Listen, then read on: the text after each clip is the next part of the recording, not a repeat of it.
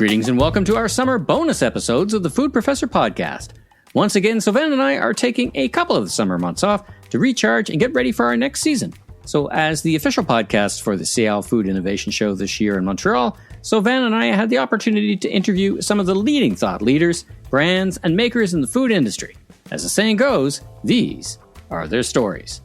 Stay tuned for Season 7 of the Food Professor podcast debuting August 27th. We'll be back on the mic together live with our particular brand of truth, insight, interviews, and yes, a whole lot of fun.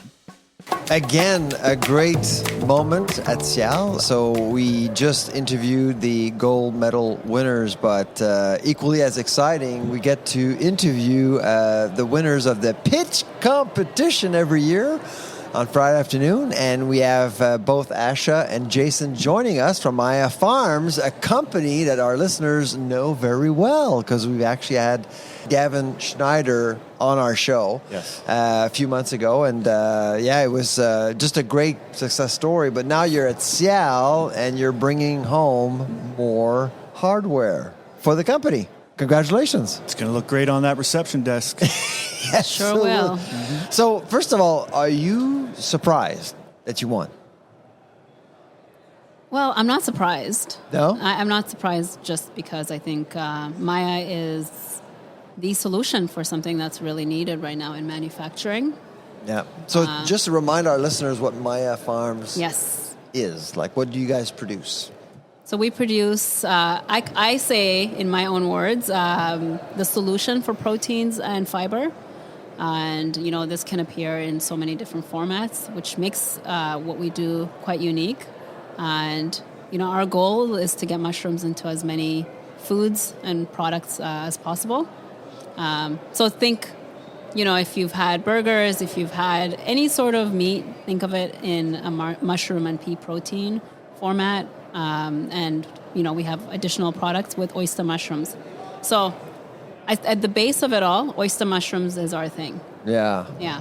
That's great. Is that how you would qualify Maia Farms, Jason? Yeah, functional mushroom food ingredients. Right. They come in a texturized format. So we combine a oyster mushroom powder and a Canadian yellow pea, extrude it, and it comes out in like little grounds, like ground beef, or a chunk that mimics like a steak or chicken chunk, or pulled meat analog we call shred, and a strip, which is a larger kind of chicken strip format. That's great. And you're not unaccustomed to winning awards. My recollection is you guys have won. You know, you're just breaking science here. You won a science award for like space and stuff like that. Like it's breakthrough product. And you know, food for space. It's food for space. I tell you, I was not on my radar screen, and now this year twice you've popped up. I was just in Vancouver. We were talking off mic, and I was talking with David Long from Greater Vancouver Food Bank, and he's so excited about your product, the solution it provides to his clients, and it's right in line with how he thinks about innovation. And he gave me some because I didn't have any, so you know my past is going to have it. You consider yourself a more scientist, an inventor, business people. How do you think of yourself? I think it's hard to sit in one. I think the backstory around the founders being you have a farmer, you have an engineer, and a neuroscientist. Yeah. So it's which are you? Everyone. Which am I? I'm a producer. Okay. I came in to Maia as a manufacturer, so I was a customer. Interesting. And still a customer, and so that's my introduction. So how did you approach the pitch competition at SIAL? What was your approach, and how do you do it? How did you do it? I mean, introduction is, you know, it's storytelling. You got to tell the story. I've seen you present, Asha, in Vancouver, and you're very good. Thank you. Oh, yeah. But you had, I think you were on stage for 30 minutes or something when I saw you present. That's right. We danced that day. But you can't. but you don't have 30 minutes for a pitch. 2 minutes, 30 seconds. Yeah. So how did you do it?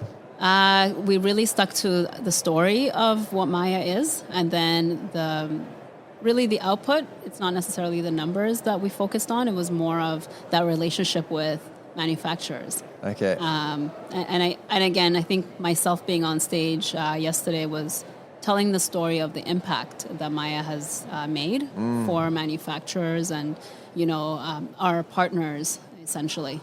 How did you explain it to the judges? the impact? So some of the big ones is around trust. We're talking about David right now with the Greater Vancouver Food Bank.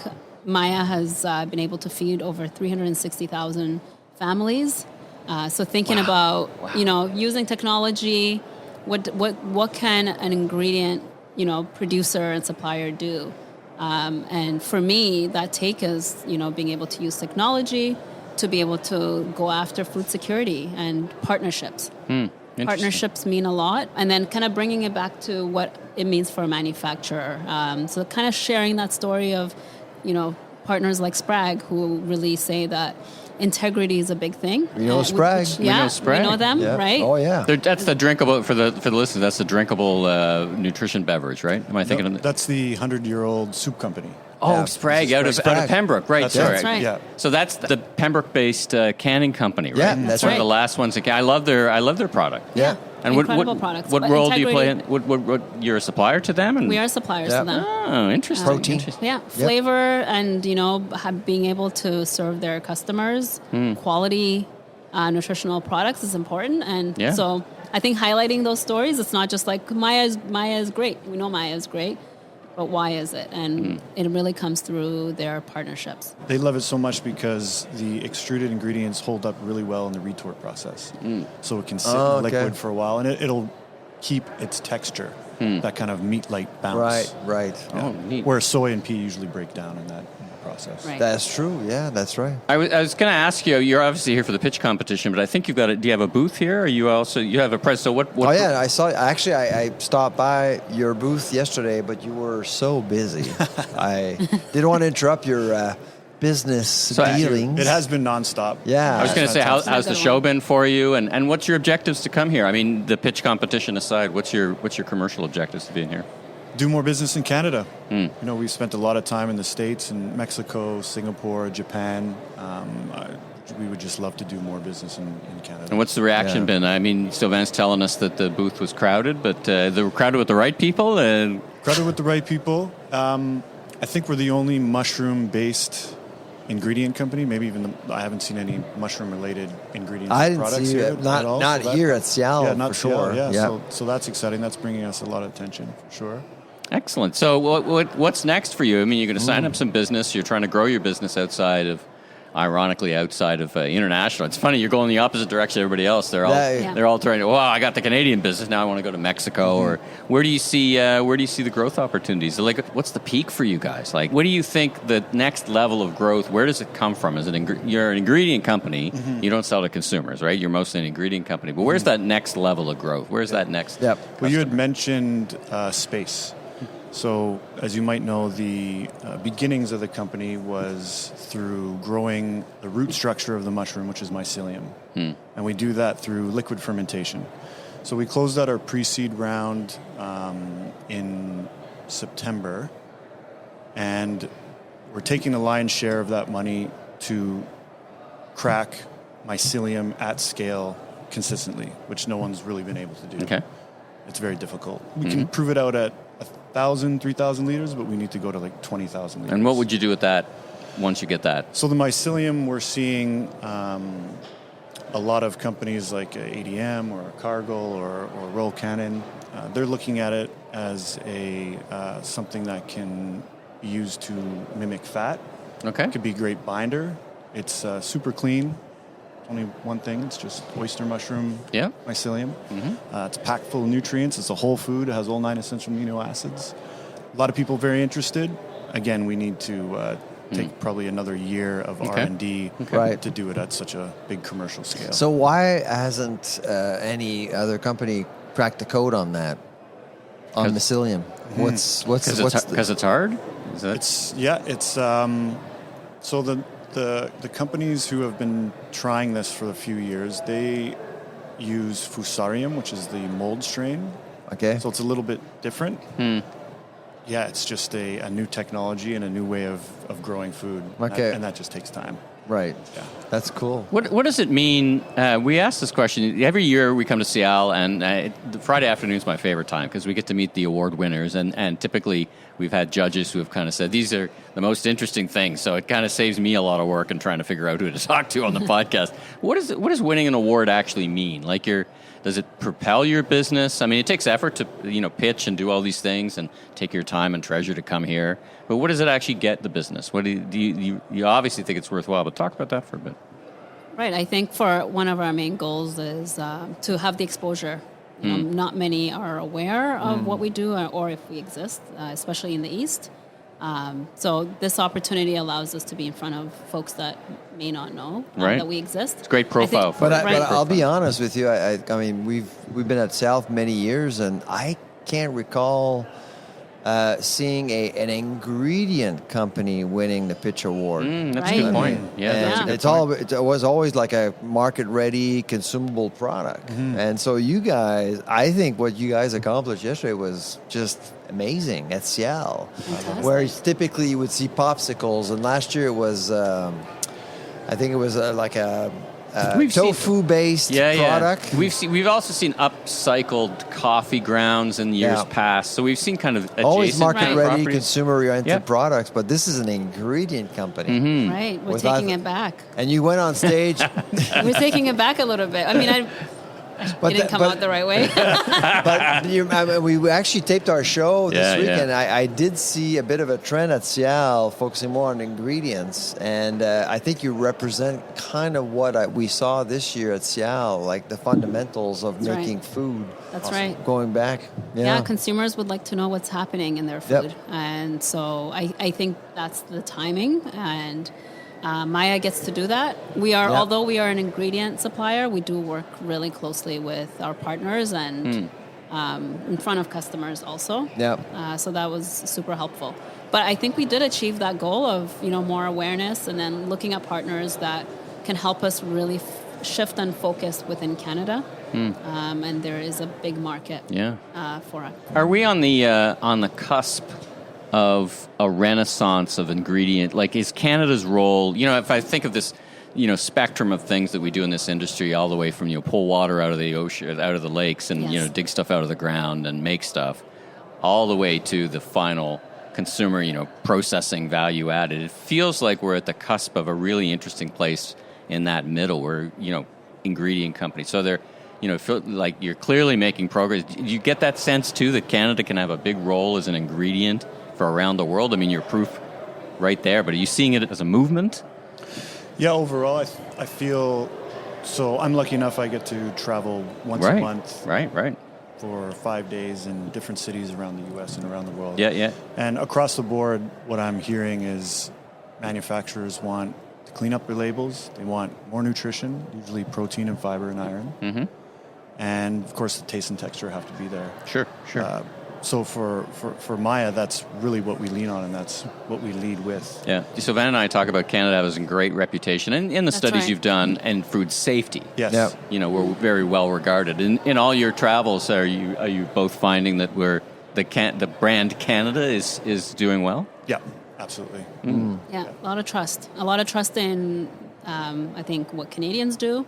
We have seen them in brands. We've seen brands that have done well in other countries. Sure. And I think coming from someone who has a brand, we are able to go into more countries because we have a very clear and specific food safety process that is respected. We're like one of the top ones in the world, right? Yeah, Sylvain? we are. Top right up there. Yep. Top tier. Absolutely.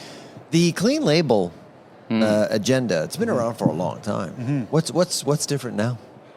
Because I actually agree with you. I do think something is going on here. I think getting business to Maia because of that push. Yeah, partly because of the labeling requirements that now you see on the packaging, front and center, high in sodium, high in sugar.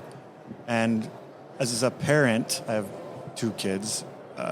Pre-kids, I never really looked at the labels, to be honest. Once I had kids, I'm like scouring the labels.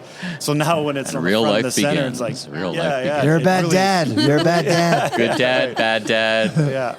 Have some banana milk as well. By the way, we just tried that. I saw you saw it. I was skeptical, like banana milk, but it was good. Yeah, It's good. Very functional. The other thing, I guess, my last question is being, protein doesn't surprise me because I think of GLP-1 and the changing nature of what people want to eat. I feel like you're in the right place for that as well. Are you hearing that as well, that there's more demand? Sylvain calls them protein orphans because the cost of some of the proteins, beef, for example, is just so high that you call it protein orphans. We're leaving people behind who need more. Feels like you're, in the right place at the right time for a number of reasons. Yeah, and you mentioned David Long at the Greater Vancouver Food Bank, and that was one of the things that excited him the most about our ingredients is it has the textured ingredients have 66% protein per 100 grams. And you had mentioned rising costs of ground beef and even chicken. And so a lot of his clients can't afford to feed their kids high protein meals. And this is the solution. Right. Just mix it in with your lasagna or your pastas and you've got... If you flavor it well, can't tell. You can't tell. Yeah. What does that mean, flavor it well? Yeah, if you season it well, sorry. Sure. If you saute it in a sauce. Yeah. Give it the right amount of seasonings. Yeah. It doesn't taste like mushroom. It has an umami flavor. It boosts whatever flavor. So it's great in any cuisine. I always season my cuisine. pasta sauce. I make my own pasta sauce. So I'm assuming I don't have to do anything different. The only different thing is add in yours in, right? Yeah. Right. I think I season it well. I don't know. I'm a half decent I think you're cook pretty at darn seasoning. good cook. Yes. Can I attest to this? Oh, yeah. Okay. Oh, yeah. So for the food bank's clients, they get high protein, they get a ton of fiber, a ton of iron, and it has a 2-year shelf life. So he doesn't even have to put it in cold storage either. Tick, tick, and tick. Well, listen, on behalf of the Food Professor Podcast, Sylvain, thank you so much for joining us, and congratulations on the award. And it's very exciting to talk to a Canadian company like you that is, making such scientific, such value-added process, and really helping people that need it and that want it. So congratulations again. Wish you much continued success. Absolutely. And I'd say have a great rest of your show, but it's 2:00, so Yeah, it's almost done. It's pretty much, yeah. it's pretty much so. End Then of it. have a safe trip back to beautiful Vancouver. Vancouver. Great way to end the show. Absolutely. This is the best Big way. fans of the Yes. podcast. Yes, Thank you. Thank All right. you. Thank you. So much Congrats. for having us. Thanks for tuning into our SIAL Summer Bonus Interview series. We'll be back live on the microphone together in late August. I'm Michael LeBlanc, media entrepreneur. Have a safe summer, everyone. Safe travels. And as my partner Sylvain Charlebois is fond of saying, take care.